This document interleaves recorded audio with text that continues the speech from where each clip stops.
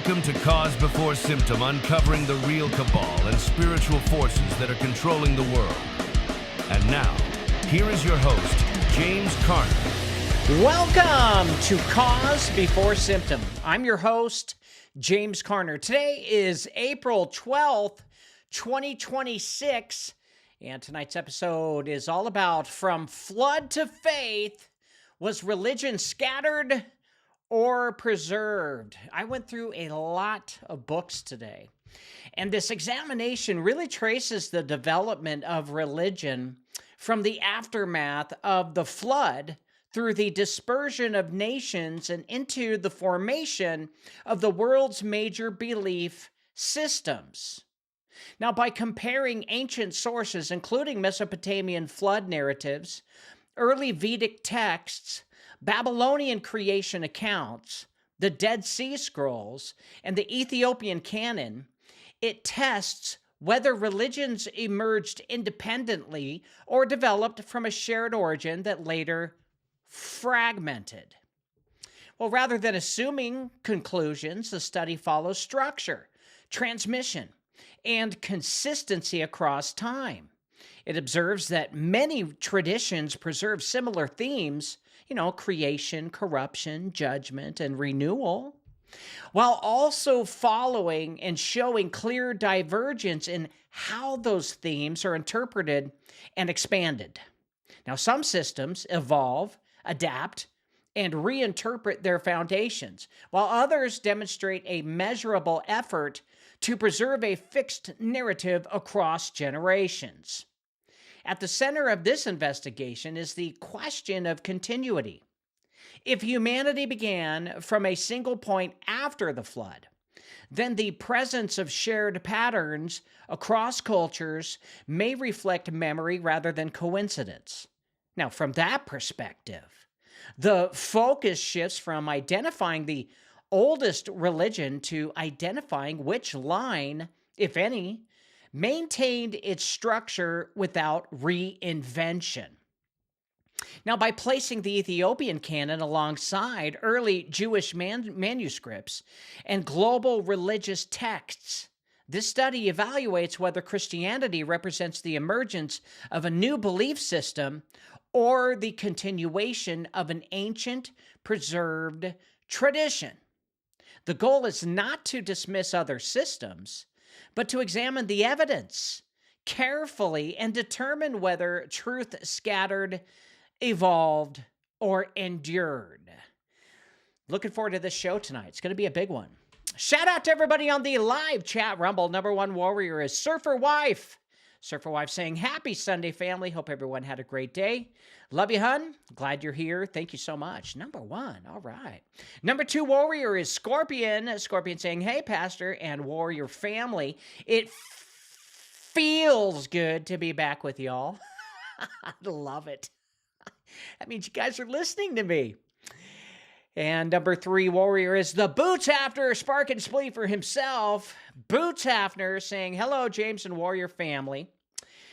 Hoping everyone is all right. And don't forget to try out these award-winning detoxifier, elitepotion.com, and let's all hit that thumbs up button to help out our host. Thank you. Yeah, Rumble judges us on how many thumbs up I get versus how many people subscribe. If you could all take your thumb and follow me, go down to the X button, then hit thumbs up, and then hit live chat, then hey, you've made my day. Number four warrior is Robert Gertison saying, hi, everyone. Great to be here and great to learn about fragmentation of faith and its relation to preservation. Let's learn. That's what I'm all about, too. I love it. All right, guys, let's get into breaking news. Welcome to Shitty Breaking News with your host, James Carner, offering his shitty opinion. Trump says the Iran war is holding well with the ceasefire. Well, we'll see what happens. Hungarian Prime Minister Orban is ejected after 16 years of the year. Who cares? Why do we care about Europe? All of a sudden now it's like we got to know all about Europe's votings and who's winning and who's not. No, dude. I don't think so. Worldwide, it looks like the entire world's against Europe. So Europe had its time, especially the black nobility and all of their power, and it seems to be crumbling. That's what I see. I don't know how. Maybe it could have been when we started talking about the 13 black nobilities and people started doing research on it. Maybe that's when people started to pray and use their names to curse them. Yeah, now to them it would be a curse, but people praying over them, basically binding them from doing harm. Maybe that's what's going on, but Europe is screwed. They've got no oil. And the Black Sea, or not the Black Sea, but the Hormuz being closed is screwing them over. And we care about, in the top news, we care about Hungary. No, this is all just the news saying, oh, we got to get those people back into the game. No, let's not. Globalism sucked, and it was not going to happen. And the Bible tells us it's not going to happen. Because when they tried during the Tower of Babel, God shut it down. And every, 70 years, 80 years, 100 years, they try for a new world order, and it falls on its ass. Not my problem. Eric Swalwell exits the California governor race after the sex assault allegations. Well, then they must be true. Who cares? Inside Vance's Iran negotiations, he says there's no deal, but there are friendly talks. Well, we'll see. Trump blasts Pope Leo, the American Pope, for criticism of U.S. foreign policy. Yeah, the American Pope. He's an American, first American Pope ever, and he's like, I just don't like this war with Iran. Well, in order for America to go back to being number one, this has to happen. So I get it, Pope. You want everyone to love their neighbor. Well, why talk about this stuff and just talk about our hearts? There you go, Pope. You just got the strongest information of what you can do for your career from a simple hick from Oregon. There's a storm on this planet bearing down on the U.S. islands in the western Pacific, but it's way over there towards China, not towards us, but they say it's going to be a biggie. Apparently, there's some U.S. islands way over there that they want us to think that's going to hit the western Pacific, but it ain't. So I don't know why they would even say that. Oh, and by the way, when you hit the San Francisco Chronicle, all of a sudden it's like, it's like pop-ups galore. You guys better figure out a way to make it easier to read your crap, because your crap is crap. That's all I know. So this has been breaking news. All right, when we come back, we're going to be breaking down from flood to faith. Was religion scattered, or was it preserved? I think it was scattered. Why do 75% of people feel exhausted all the time? The answer might surprise you. In the 1920s, Standard Oil decided to dive into medicine. They pushed synthetic petroleum into our drugs. Sure, it masked symptoms, but it wrecked our guts. Our good bacteria, which fight off parasites and heavy metals, got wiped out by crude oil. But here's the good news. We can fix this by going back to nature. Introducing Elite Potion, the world's top detox program. It restores your good bacteria by removing toxic threats like aluminum, strontium, barium, and parasites. Imagine feeling energized and alive again. They said there couldn't be a pill that did it all. We invented it. Visit elitepotion.com and reclaim your health from synthetic pharmaceuticals. Your body will thank you. Hey, George, why is the IRS taking so much of my money? Why would you bring that binding contract onto my vessel? I thought we were all in the same boat and pay our taxes. You mean taxation without representation? You should have never worn a red coat on this ship with those ridiculous forms. You don't even live in D.C. I've been rolling in my grave since 1913. Why are you binding yourself to a contract to Washington, D.C. that has no bearing on you? For this reason, we set the 13 colonies free from this type of tax. Do you know what this document is? It protects you from a direct tax from the national government. Which of these would you rather live by? What about you? Do you also sign binding contracts every April 15th? Click the link below and regain your freedom. All right, we're back. Talking about from flood to faith. Was religion scattered or preserved? Well, the world is filled with religions. It is. And each one offering an explanation for where humanity came from, why suffering exists, and what happens after death. Most people are taught to see these systems as separate, developed in different regions, shaped by different cultures, and built over time as humanity searched for meaning. And within that framework, Christianity is often presented as just one more addition, a belief system that arrived later, influenced by what came before it. But what if that assumption is built on the wrong starting point?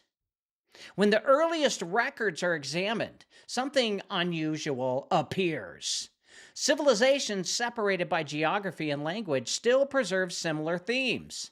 There are accounts of creation, of a beginning that was ordered and intentional. There are accounts of a fall or corruption, where something within humanity shifts. There are accounts of judgment, often tied to a flood that resets the world. And there are accounts of renewal, where life begins again from a single point. These patterns are not isolated. They appear in Mesopotamia, in early Indian texts, in Egyptian systems, and across oral traditions that existed long before modern institutions were formed. There are actually two ways to explain this. One way is that human beings across time created similar stories to make sense of the world around them. The other way is that humanity began with a shared understanding, and what we now call religions are the result of that understanding being carried, divided, and interpreted over time. If humanity truly restarted from a single point, then the presence of shared themes would not be coincidence, they would be memory. Well, that raises more important questions. If there was an original understanding, what happened to it? Did it evolve equally in all directions, or did it fragment? When language divides, when nations scatter, when cultures begin to form independently, interpretation begins to shift. Stories expand, details are added, systems form around those stories, like rituals, priesthoods, philosophies. Over time, what began as a shared structure can become multiple systems that look similar on the surface, but differ in meaning underneath. Remember, all throughout these few weeks, we've been talking about the tree, and then the branches of other religions start from the main trunk, the main root. Well, when those systems are examined closely, a pattern begins to form. Some traditions show clear signs of adaptation. Their stories change, expand, and absorb new ideas. Their structures are flexible, responding to the needs of the culture around them. Other traditions, however, show something different. Instead of expanding outward, they preserve a core narrative. The wording may be copied, translated, or explained, but the structure itself remains intact. The focus is not on creating new systems, but on maintaining what was already established. And this is where the examination must be and become precise. It is not enough to say that religions are similar. The question is whether they remain consistent. Do they change their foundation, or do they carry it forward? When early manuscripts are compared, when preserved texts are placed alongside evolving traditions, the difference becomes measurable. Some lines shift over time. Others hold their structure even as generations pass through them. Well, this leads directly to the claim that Christianity is new. If it is viewed in isolation beginning in the 1st century, it appears to emerge after many other systems were already in place. But when it is placed within the continuity of earlier texts, within the line of preserved scripture that existed before it, well, the picture changes. It does not begin in the 1st century. It continues something that was already there. The language, the structure, the theology do not appear suddenly. They are built on what came before, not separated from it. So the question is no longer which religion came first. The question is which one remained consistent. If multiple systems share similar origins, but only one maintains a continuous structure across time, then the distinction is not about age. It is about preservation. And if that preservation can be traced through early manuscripts, through transmitted texts, and through traditions that resisted change, then what appears to be may, in reality, be the oldest line still intact. This examination does not ask anyone to accept a conclusion without testing it. I'm all about testing it now.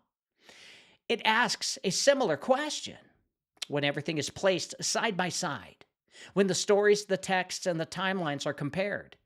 Does truth scatter and become many things, or does it remain, carried through history, waiting to be recognized?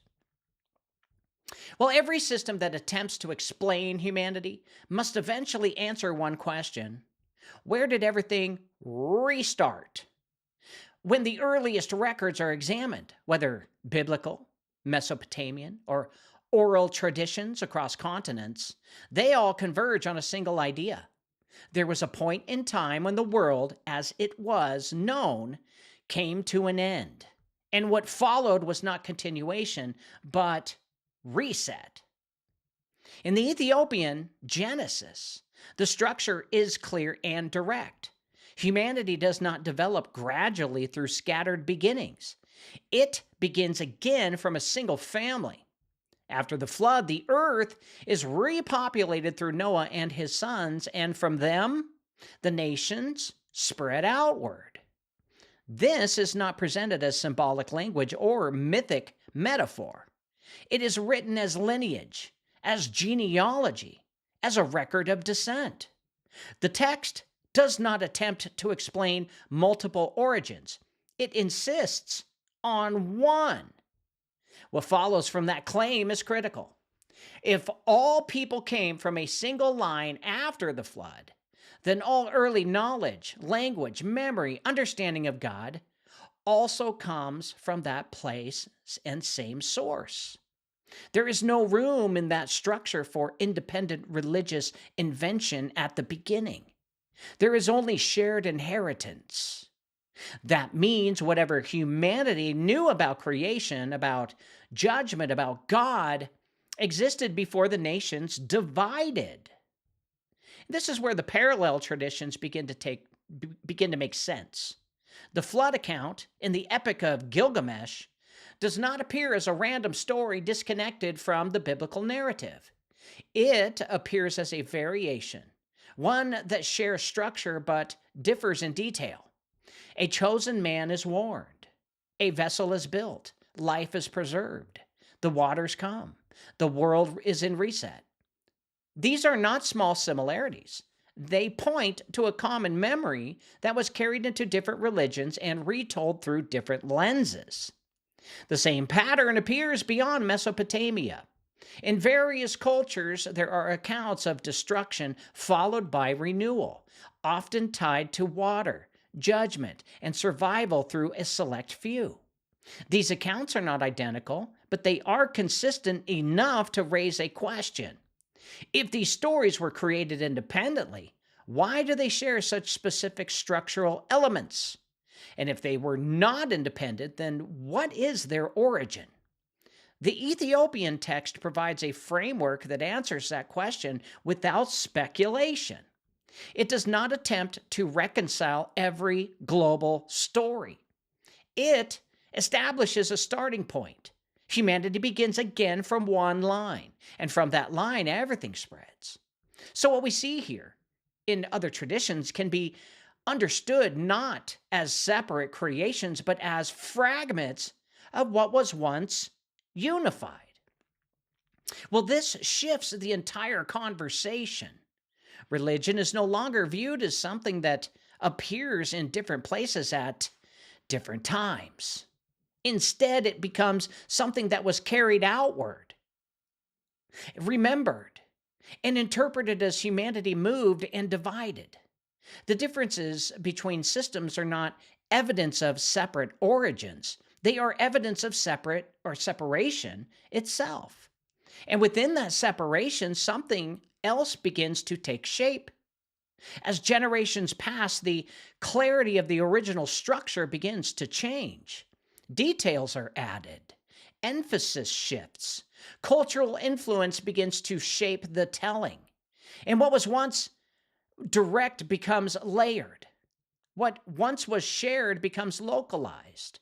The farther humanity moves from the point of origin, the more variation begins to appear. That's just logic. But the reset itself remains consistent. A world judged, a family preserved, a new beginning established. Well, this is the foundation that everything else builds on. So before there were nations, before there were systems, before there were competing interpretations, there was a single starting point, something that all religions should agree on because the records say so. And if that starting point is real, then the question is no longer whether religions are different. The question now becomes, or is how they became different, and whether any line remained unchanged as everything else spread outward. So, if the flood represents the reset, then Babel represents the fracture. Up to this point, the structure is unified. Humanity begins again from a single family. Language is shared. Knowledge is shared. The understanding of God, judgment, and survival is not divided among cultures. It exists as one inheritance. But that unity does not remain. Something happens that changes the trajectory of human history, not by destroying mankind, but by dividing it. In the Ethiopian Genesis, the account is direct. The whole earth is described as having one language and one speech. Humanity is not scattered yet. It is gathered, aligned, and moving with a single purpose. That purpose becomes visible when they settle in the land of Shinar and begin to build. The goal is not survival this time. It's elevation. They seek to construct a city and a tower that reaches toward heaven, to establish a name for themselves so they will not be scattered across the earth. Well, this moment is critical because it reveals a shift. After the flood, humanity was preserved by God. At Babel, humanity attempts to establish itself without him. The focus moves from dependence to self-definition. The desire is no longer to walk under what was given, but to build upward by their own design. Unity is still present, but the direction of that unity has changed. The response to this is not another flood, it is division. Language is confounded. Communication breaks. What was once a shared system of understanding becomes fragmented.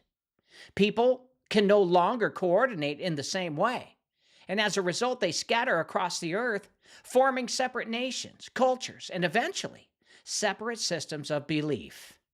The unity of origin remains true, but the unity of expression is broken. Well, this is the moment where divergence begins. If humanity spreads outward from this point with divided language, then interpretation naturally follows. The original understanding does not disappear, but it is carried into different regions without the ability to remain perfectly aligned. As generations pass, those fragments are retold, explained, and shaped by the environment in which they exist. What began as one becomes many, not because multiple truths were created, but because one truth was separated. This provides a clear framework for understanding the development of religion. It does not begin with independent invention across the world. It begins with a shared foundation that became fractured. From that fracture, systems begin to form. Each carries pieces of the original structure, but not always in the same way. Well, this explains why similarities exist across traditions, without requiring them to be identical.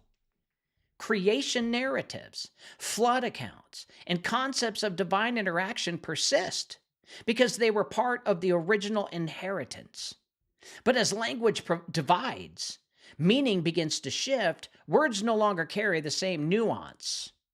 Concepts are reinterpreted, and over time, what once was direct becomes symbolic, and what was once unified becomes regional. Now, at Babel, humanity does not lose its past. It loses its ability to preserve that past in a single, consistent form. And what's interesting is everyone recognized Babel. Everyone knows what Babel is. Everyone knows about the Tower of Babel. Even all religions. Think about that. So this is where the path of religion splits into two directions. One direction follows adaptation. As cultures develop, their belief systems expand, absorb, and evolve. Stories grow, structures change, and new layers are added. The other direction follows preservation. Instead of expanding outward, it attempts to carry forward what was already given, maintaining structure even as language and geography shift all around it. The existence of multiple religions, then, is not the mystery. The mechanism is already defined. A single origin, followed by division, followed by dispersion. So the real question is what happened after that dispersion. Did every line evolve equally, or did one line resist that change?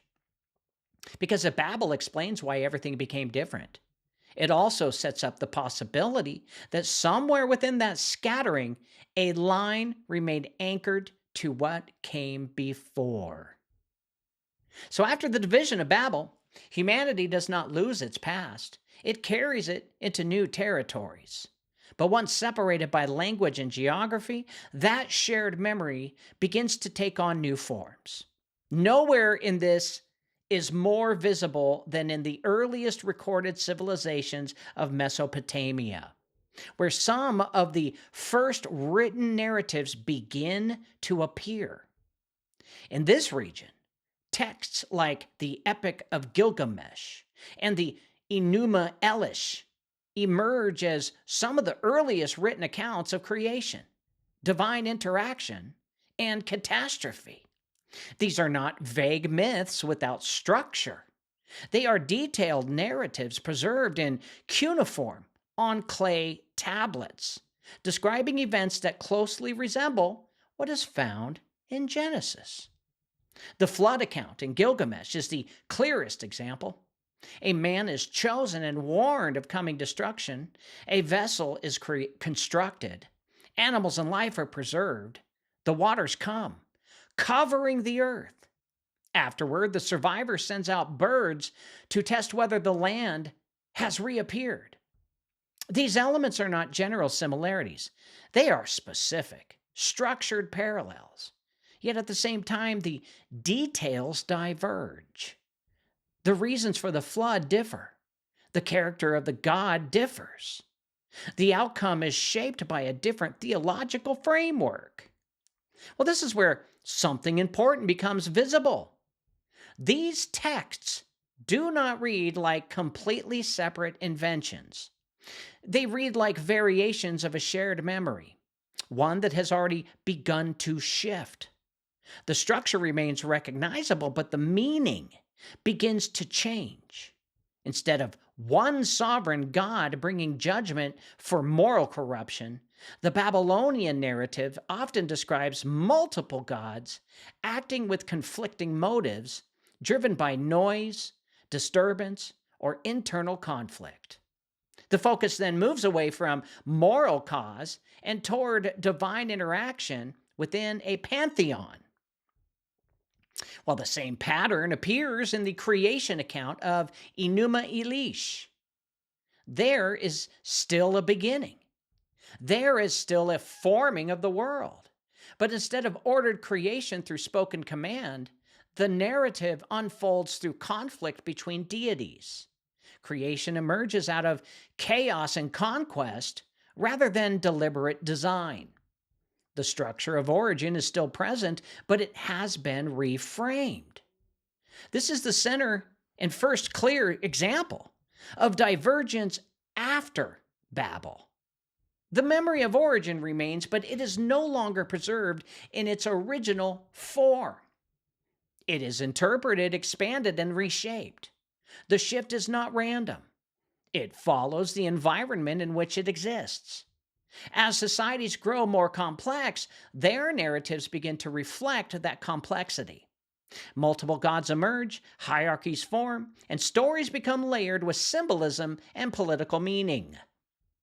At the same time, something else is happening beneath the surface. These narratives are not static. The Epic of Gilgamesh itself exists in multiple versions, compiled and recombined over time. Earlier Sumerian poems feed into later Akkadian versions. Details are added, removed, or reinterpreted depending on the period and the culture preserving them. But what began as a story becomes a tradition, and that tradition continues to evolve. And this evolution is the key distinction. The Babylonian line does not attempt to preserve a fixed structure. It develops one. Its authority is not based on maintaining an original form, but on adapting the story as it is passed down. The farther it moves from its point of origin, the more layers it accumulates. Remember, we talked about layers? And as the layers accumulate, they get blurred. A little bit of lies, a little bit of truth. Well, when this is placed alongside the Ethiopian Genesis, the contrast becomes clear. In the Ethiopian text, the flood is tied directly to the condition of humanity, their heart. Every imagination of the thoughts of his heart was only evil continually, unquote. Well, the cause is moral. The judgment is deliberate. The preservation is purposeful. The structure is consistent from beginning to end. In the Babylonian text, the same event exists, but the reason and the nature of the divine are altered. The story remains, but its foundation shifts. This is not just a difference in storytelling. It is a difference in transmission. One line carries a narrative forward and allows it to change with time. The other carries a narrative forward and maintains its structure despite time. Both preserve memory, but they do so in different ways. One preserves the story, the other preserves the meaning. Babylon represents the first clear break from unified understanding into competing interpretation. It is not the origin of religious thought, but the first visible transformation of it. The shared past is still there, but it is no longer intact. It has begun to fragment, to expand, and to take on forms that reflect the culture that now holds it. And from this point forward, that pattern continues as humanity spreads, builds, and defines itself. Its systems of belief will continue to develop in those two directions. Those that evolve and those that attempt to preserve. As humanity spreads further from its point of origin, the pattern of divergence continues. But it does not repeat in the same way everywhere. In Mesopotamia, the shift moved toward competing gods and evolving myth. In India, the development takes a different direction. Instead of focusing on narrative history, it begins to expand into philosophy, cosmology, and cycles of existence. The earliest layers of this system is found in the Rig Veda, one of the oldest surviving religious texts in the world. One of. Unlike the structured narrative of Genesis, which moves from creation to fall to judgment, the Rig Veda presents a collection of hymns, invocations, and reflections on cosmic order. The focus is not on a single linear history, but on the nature of reality itself, how it functions, how it is sustained, and how humanity relates to it. At the center of this system is the concept of order, an underlying structure that governs both the physical world and human existence. This order is not presented as a one-time act of creation followed by a fall. Instead, it is continuous, something that must be maintained through alignment, ritual, and participation. The emphasis shifts from what happened at the beginning and to what must be sustained over time. This is where the divergence becomes really clear. In the Ethiopian Genesis, creation is complete, declared good, and then disrupted by corruption within humanity. The problem is internal, tied to disobedience and the condition of the heart. In the Vedic system, the focus is not on a singular fall, but on imbalance, something that can be corrected through action, sacrifice, and knowledge, but not a savior. The structure does not collapse in the same way. It just cycles over and over again. Well, over time, this framework expands. The early hymns of the Rig Veda give way to more developed philosophical systems where ideas such as rebirth, karma, and liberation begin to take shape.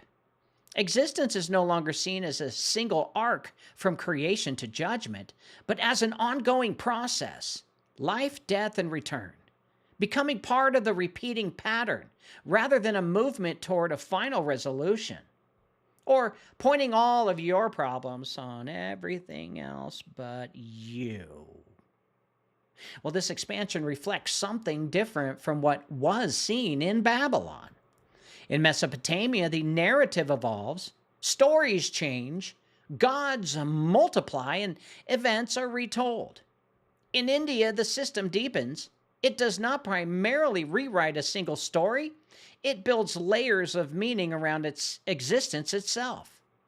The questions shift from what happened to what is happening, and how do we align with it? Well, this is a different kind of development, but it still follows the same underlying pattern of divergence.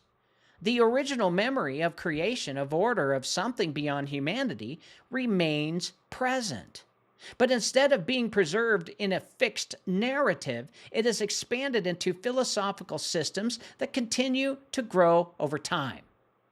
And what makes this important for the larger examination is not whether the Vedic system is complex or ancient, as it clearly is, but the question is whether it preserves an original structure or transforms it.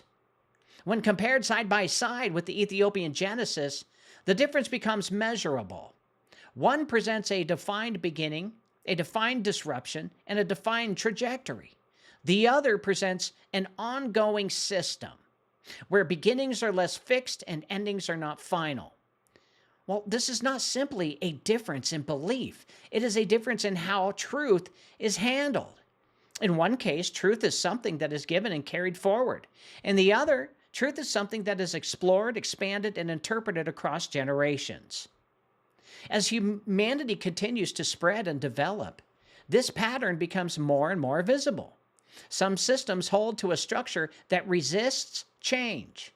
Others build upon what came before, adding layers that reshape the original foundation.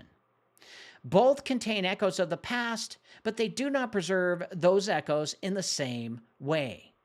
Well, India represents a turning point in that process.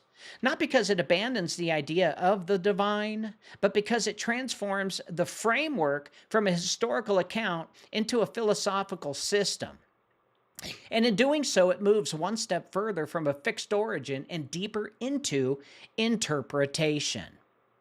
Now, as belief systems continue to develop after the dispersion, Egypt introduces something distinct from both Babylonian narrative evolution and Vedic philosophical expansion. In Egypt, religion becomes structured, formalized, and embedded into the daily and political life of the civilization.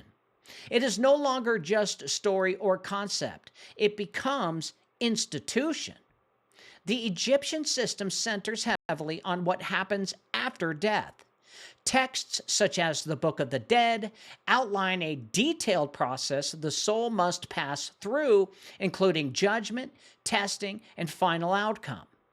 The individual stands before divine authority, where the heart is weighed against a standard of truth.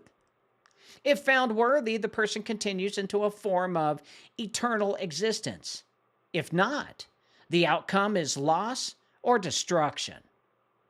At first glance, this appears to echo something familiar. There is judgment. There is moral accountability. There is an understanding that actions in life carry consequences beyond death. Well, these are not random ideas. They align with earlier structures that speak of order, responsibility, and divine evolution. Evaluation. And divine evaluation, not evolution. But as the system develops, the focus begins to shift. In the Ethiopian Genesis, the issue begins before death. Corruption enters through disobedience. The condition of humanity is addressed at its source: the heart, the will, the relationship with God. Judgment is not a test to pass after life, but a response to what has already taken place within it. In Egypt, the emphasis moves away from origin and toward outcome. The central concern becomes preparation for the afterlife through rituals, spells, and knowledge, which are introduced to guide the soul through the process. Well, the priesthood becomes essential, acting as mediators of this knowledge, and what began as an understanding of divine order becomes a system that must be navigated. Well, this is where institutionalization becomes very clear. Religion is no longer simply inherited or remembered, it's now managed. Access to the afterlife is shaped by adherence to ritual, by proper burial practices, by the correct recitation of words, spells, rituals. The structure is preserved, but it is no longer carried in the same way. It's administered. This introduces another layer of divergence. In Babylon, stories evolved. In India, philosophy expanded. In Egypt, belief becomes organized into a system of control and continuity. The sacred is no longer just recognized, it's regulated. So the imagery of judgment in Egypt is especially important. The weighing of the heart suggests that something within the individual determines the outcome. Yeah, they would take your heart out and they'd weigh it. Well, this echoes earlier ideas of moral condition, but it reframes them. Instead of focusing on transformation during life, their system focuses on evaluation after it. So the solution is not internal change, but external preparation. Over time, this structure becomes deeply tied to the identity of the civilization itself. Temples, priests, and rulers all operate within the same framework. Religion is no longer separate from society. Religion defines it now. And the afterlife becomes the central focus, and everything in life is oriented towards securing a favorable outcome beyond death. When this is placed alongside the Ethiopian text, the difference becomes clear. One addresses the condition of humanity at its root, before death ever occurs. The other builds a system around what happens after death, shaping behavior through expectation of judgment. Both acknowledge that life does not end at death. Both recognize that actions matter. But they approach the problem from opposite directions. One begins with corruption and moves toward restoration. The other begins with existence and moves toward evaluation. Well, this marks another stage in the development of religious systems. As humanity moves further from its point of origin, belief does not disappear, it becomes more structured, more defined, and more integrated into society. But with that structure comes a shift.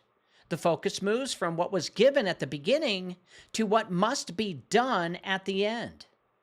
So Egypt does not erase the memory of divine order, it reorganizes it. And in doing so, it creates a system that reflects both the inheritance of earlier truth and the influence of a civilization shaping that truth into something it can maintain, control, and pass on. So as the systems of the world continue to expand, adapt, and organize themselves, one line begins to stand apart, not because it avoids transmission, but because of how it handles it. This is the line that moves through Israel, carried not primarily through evolving story or philosophical expansion, but through written preservation. Unlike the Babylonian texts, which exist in multiple evolving versions, or the Vedic system, which expands into layered philosophy, the Hebrew tradition begins to anchor itself in something fixed. The text becomes central, not just the idea of God, not just the memory of events, but the words themselves. What is written is not treated as material to be reshaped. It is treated as something to be carried. And this is where the importance of manuscripts become clear. The discovery of the Dead Sea Scrolls provides direct evidence that these texts were not late developments, but part of an already established tradition. These scrolls, dating roughly from 200 BC to 70 AD, contain portions of what would later be recognized as the Hebrew Scriptures, alongside additional writings that reflect the thought and structure of the community preserving them. What matters is not just that the texts existed, but how they were handled. The scrolls show careful copying, repeated transmission, and a clear concern with maintaining what had already been received. Now, variations exist, but they occur within boundaries, and the core structure remains intact. The narrative does not expand into competing gods, nor does it dissolve into philosophical abstraction. It continues along the same line. Now, at the same time, the presence of additional texts, such as Enoch, Jubilees, and other writings found among the scrolls, reveals something important. These are the Apocrypha. The community preserving these texts was not unaware of broader ideas or interpretations. They engaged them with and recorded them and transmitted them. But even within that engagement, there remains a distinction between what is foundational and what is supplementary. This creates a different kind of continuity. It is not the absence of interpretation, but the presence of the center. The structure of creation, fall, judgment, and covenant does not shift. It is reinforced. And the role of God does not fragment into a pantheon or dissolve into abstraction. It remains singular, consistent, and active within history. When this is placed alongside the Ethiopian Genesis, the alignment becomes really clear. The same structure is present. Creation is ordered, humanity falls through disobedience, corruption spreads, judgment follows, covenant is established. Well, this is not reimagining of earlier ideas. It is a continuation of them. So the scrolls confirm that this structure existed before the emergence of Christianity. The language, the themes, and the narrative were already in place in all of those older religions. What would later be called the New Testament does not introduce a new framework. It emerges from within this one. It's the continuity, which is not retroactively created. It is already here. And this is the key distinction in the entire examination. While other systems demonstrate adaptation, expansion, or institutionalization, this line demonstrates preservation. The text is not treated as something to be developed. It is treated as something to be maintained. The goal is not to build new meaning, but to carry forward what was already given. Like when Jesus said, "It is written, it is written, it is written." Well, this does not mean that there are no differences or variations. Transmission across generations will always introduce minor shifts. Always.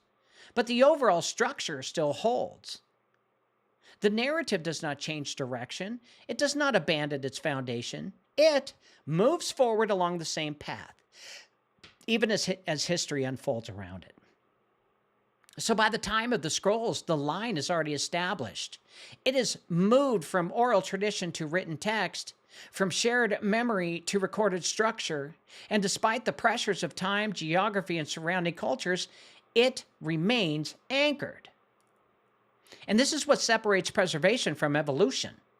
It is not simply that a story survives. It is that it survives without becoming something else. And if that line can be traced forward, through the scrolls, through translation, through transmission, then what comes next is not the beginning of something new, but the continuation of something that never broke. Now, as the preservation line moves forward from Israel and the scrolls, the question then becomes whether that continuity holds as the text moves beyond its original region. Translation, transmission, and time all introduce pressure. Languages change, empires rise and fall, and religious systems become centralized or divided. In most cases, this leads to restructuring books, like books are removed, added, or reorganized. But in one region, the structure appears to extend rather than contract. And this is where the Ethiopian Orthodox Tewahedo Church becomes central to this investigation. The Ethiopian canon is not simply another version of the Bible. It is a broader collection of texts that includes books preserved in early Jewish and Christian tradition, but absent from most Western canons. These include Jubilees, Enoch, and additional writings that were known in earlier centuries, but later excluded or deprioritized in other traditions. My own translation project states its purpose very clearly: to restore what has been removed through time, translation, and editorial decisions, working directly from Ge'ez manuscripts rather than relying on later Western renderings. Now, whether every decision within that process is accepted or debated, the underlying point remains measurable. The Ethiopian tradition preserved a wider textual base than what is commonly used in the West. That's why it attracted me. And also when I was doing my research on the breath, and I did the Breath War, the book, Ethiopia kept pointing to me I kept pointing to Ethiopia because it talks more about breath than the King James does. And this matters because it extends the line of continuity backward rather than forward. Instead of asking what was added later, it asked what was already present earlier and then removed. So the presence of books like Enoch within the Ethiopian canon aligns with what was found among the Dead Sea Scrolls. These texts were not unknown. They were part of the broader textual environment surrounding early Jewish thought. Their survival in Ethiopia suggests that not all regions followed the same path of reduction or standardization. At the same time, the structure of the core narrative remains consistent: creation, fall, corruption, judgment, covenant. These are not altered. The Ethiopian Genesis reads with the same foundational sequence as the Hebrew line preserved in the scrolls. What differs is not the direction of the narrative, but the scope of what is included around it. The canon becomes more expansive, but the structure remains intact. This creates a unique position in the overall timeline. While other systems either evolve away from their origin or formalize into institutional frameworks, the Ethiopian tradition appears to carry both preservation and expansion in a different way. It does not build new doctrine detached from earlier structure. Instead, it retains additional material that reflects earlier stages of that structure. The existence of manuscripts such as the Garima Gospels, which date back to the early centuries of Christianity, further reinforce this continuity. Garima Gospels is Ethiopian. I have them. They are early witnesses to how the text was being transmitted and understood in a region that developed largely outside the direct control of European ecclesiastical systems. This independence allowed for a different kind of preservation, one less shaped by later standardization processes. Now, when placed alongside the scrolls, the Ethiopian canon does not appear as an isolated tradition. It appears as an extension. The same themes, the same structure, and many of the same texts continue forward, suggesting that what is often considered extra may in fact represent what was once common. Well, this does not resolve every question. Differences in translation, ordering, and interpretation still exist, but it does shift the framework. Instead of viewing the Ethiopian canon as an addition to the biblical tradition, it can be examined as a preservation of a broader, earlier form. So at this stage in the timeline, the pattern becomes clear. To me, some systems move further from their origin through adaptation and philosophy. Others narrow their scope through institutional decisions. But here, the line widens without breaking. It carries forward what came before, including elements that other traditions no longer retain. And this is why my work on the Ethiopian canon is so important. And that raises the central question again, now with more weight behind it. If a line can be traced from early shared memory through preservation in Israel, confirmed by the scrolls, and extended through the Ethiopian canon, then what is being observed is not a new development, but a continuation that has survived multiple stages of history without losing its core structure. That's beautiful. So at this stage in the examination, the question is no longer where religions came from, but how they were handled once they began to spread. Just like I told you, where Kabbalism started from Zechariah, and it took off on its own branch, became the Talmud, which is wicked. The earlier sections established a shared origin, a division at Babel, and the development of different systems across civilizations. Well, now the distinction becomes sharper. It's not just that religions differ, it's how they differ. And the two patterns begin to emerge.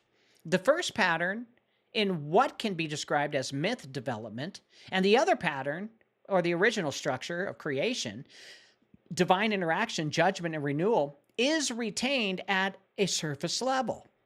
But the details are allowed to expand, shift, and evolve. Stories become layered, characters multiply, symbolism increases, and over time the narratives become less about preserving a fixed account, as Jesus said, as it is written,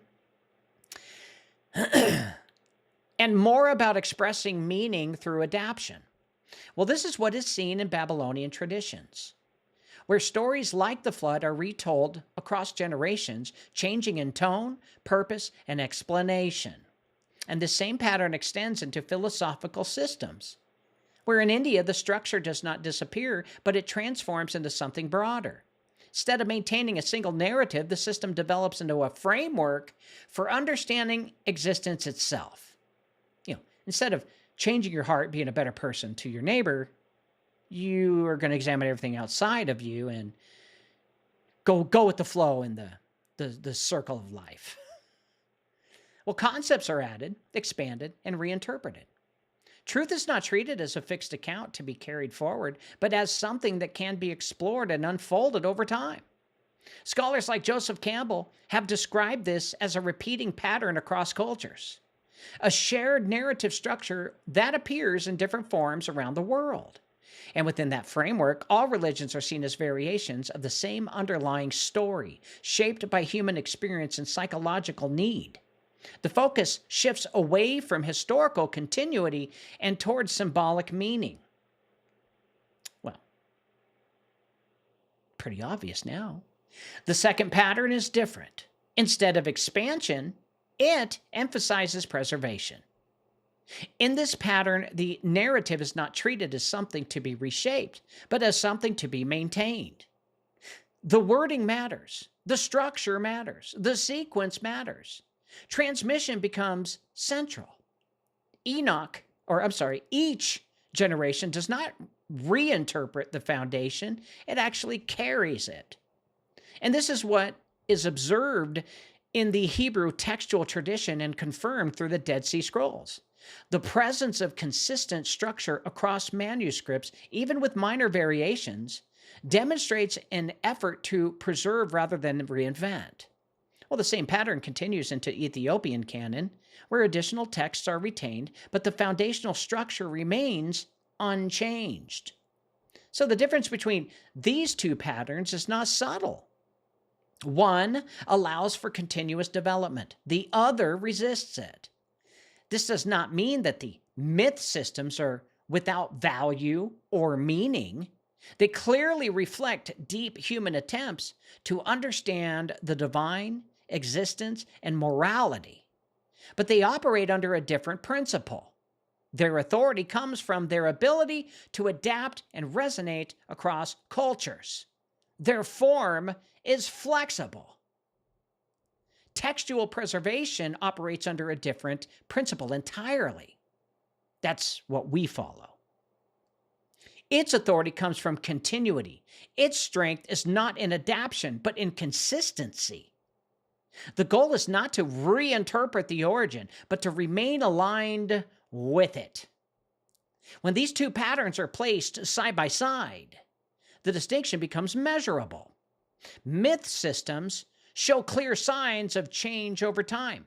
New layers, new interpretations, new structures. But God never changes, does he? No.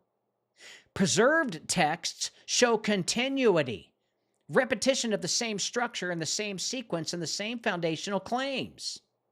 Well, this brings the examination to its critical point. If all religions share similar themes because of a common origin, then divergence is expected. But the way that divergence occurs reveals something deeper.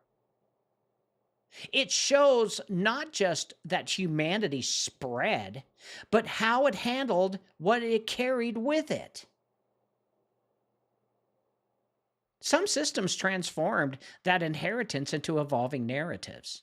Others carried it forward with minimal change. So the question is not which approach is more compelling or more widespread. The question is which one maintains alignment with the original structure. Because if there was any starting point, if there was a moment where understanding was unified, then the system that preserves that structure most consistently would be the closest reflection of it. So at this stage, the evidence is no longer resting on assumption. It rests on comparison. Stories that evolve can be traced through their changes. Texts that are preserved can be traced through their consistency. Both leave a record. Both can be examined. And when they are, the difference between myth and preservation is no longer theoretical. It's visible, tangible evidence. And at this point, in this examination, the central claim comes into focus. Christianity is often presented as a new religion, something that appears in the first century, separate from what came before, shaped by earlier traditions, but ultimately distinct from them. Well, if that were true, it would mark a break in the timeline, a new system emerging after others had already formed. But when placed within the framework that has already been established, that assumption begins to break down. By the time of Jesus Christ, the structure of the Hebrew tradition is already in place. The concepts of creation, fall, corruption, judgment, and covenant are not new ideas being introduced. They are established foundations. The texts that carry these ideas are already in circulation, as confirmed by the Dead Sea Scrolls, which align with the Ethiopian, by the way. The language used in the New Testament is not created in isolation. It is deeply connected to earlier scripture, shaped by the vocabulary and structure of the Septuagint. So this means that when the teaching of Christ appear, they do not emerge into an empty space. They enter into an existing framework, a continuity of the written word. The audience already understands the concept being referenced, and the idea of covenant, of law, of prophecy, and redemption. These are not foreign ideas being introduced. They've been around in the written word since the beginning. They are part of an ongoing narrative. So the question then is not whether Christianity introduces new concepts, but whether it changes the structure of what came before. Well, when the teachings are examined, the structure does not reset. It continues. The problem identified in Genesis, the condition of humanity, the corruption of the heart, all of that remains central. The concept of judgment remains. The idea of covenant remains. What changes is not the foundation, but the resolution. The narrative moves forward and not sideways. Here's a new branch, there's a new branch, there's a new stream. This is why the distinction between beginning and fulfillment matters. A new religion would establish a new framework separate from what came before it. It would redefine origin, redefine the nature of God, and redefine the structure of reality. But what is observed here is not redefinition. It's a continuation that builds on an existing line. Even the language reflects this continuity. The use of earlier scripture, the references to established texts, and the reliance on known structure all point to something being carried forward rather than replaced. The New Testament does not discard the Old. It depends on it. Without the earlier structure, its meaning would not hold. When Jesus says, "It is written," wouldn't matter. So when compared to other systems, the difference becomes clearer. In Babylon, earlier stories are reshaped into new forms. In India, earlier ideas expand into philosophical systems. In Egypt, earlier structures are formalized into institutional practice. But here, the pattern remains aligned with what came before. The direction does not change. It advances. It's a continuation. Now, this does not mean there are no differences. There are shifts in emphasis, clarification of meaning, and development of understanding, but these occur within the same structure, not outside of it. The line remains intact. Remember the core spine that we're working with to help us determine whether the King James was real or the Ethiopian was real? Well, that line remained intact there as well. When this is placed alongside the Ethiopian canon, the continuation extends even further.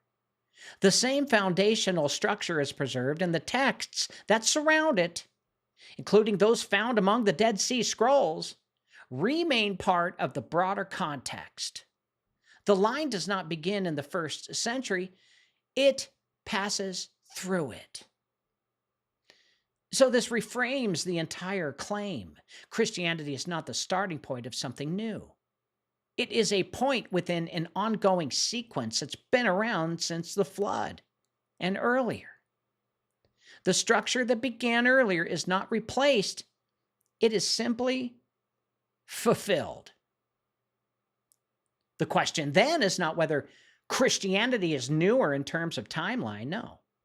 It clearly appears later in history. The question is whether it represents a breakdown from what came before or the continuation of it.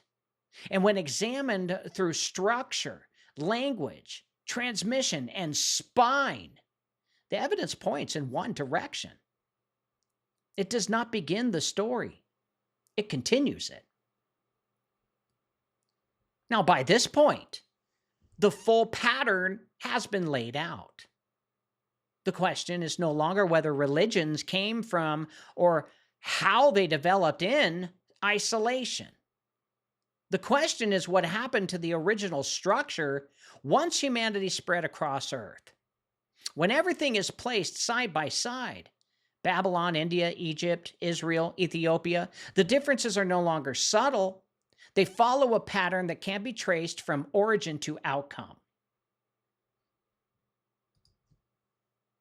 The earliest stage shows unity, a single beginning, a shared memory, a common understanding of creation, corruption, and judgment.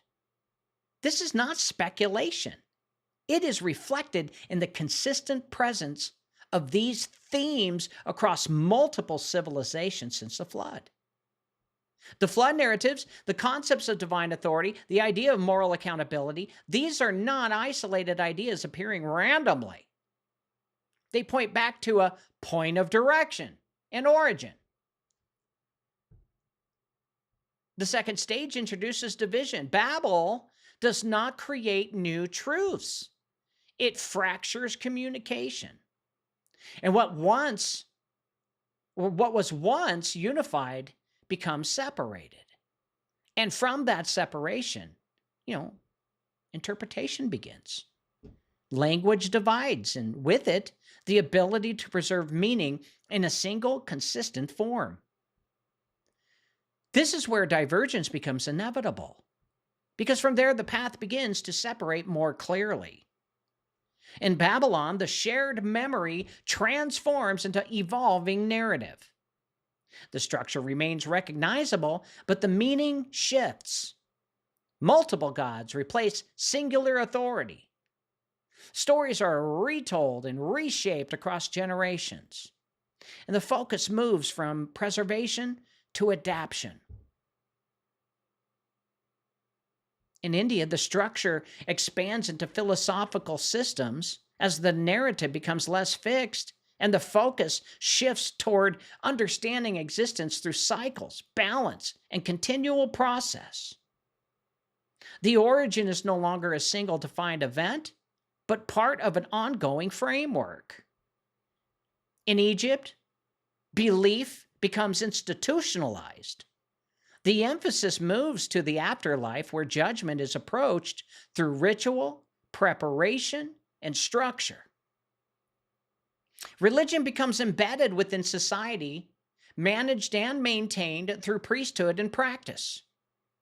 Each of these paths reflects a different response to the same origin starting point. None of them begin from nothing. All of them carry elements of what came before, but each handles that inheritance differently. Alongside these paths, another line continues to move forward. Instead of adopting, expanding, or institutionalize, it preserves. The Hebrew tradition maintains a consistent structure through text. Consistent. To where it blows scholars' minds at how these oral traditions stayed intact. To where different translations over time stayed true. No joke. It's the only religion that has stayed true to its own writings, except for when they branch off into Kabbalism and other ones. But the main core stays the same from the beginning, post-flood. The Dead Sea Scrolls confirm that this structure existed long before later developments. I believe it was God who helped that shepherd boy throw a rock into a cave to hear clay pots break. Thus, the Dead Sea Scrolls were found. The Ethiopian canon extends that structure, retaining additional material that aligns with earlier traditions rather than replacing them.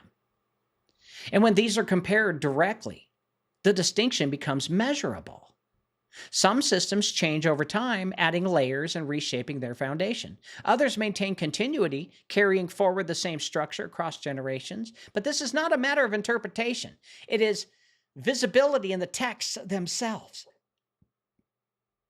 This brings the examination to its final point. If all systems share a common origin, then difference is expected. But difference alone does not answer the question of truth. What matters is how that difference develops. Does the system move away from its origin, or does it remain aligned with it? Well, the evidence shows two outcomes. Fragmentation leads to variation, adaptation, and expansion. Continuity leads to preservation, consistency, and alignment. Everything that God is. And this is where the claim that Christianity is new must be tested. If it emerged as a separate system, disconnected from what came before, it would follow the pattern of fragmentation. But if it continues the preserved line, if it carries forward the same structure found in earlier texts, then it does not represent a new beginning. It represents the continuation of an existing one. And this is not rumor. This is not guesswork. This is factual.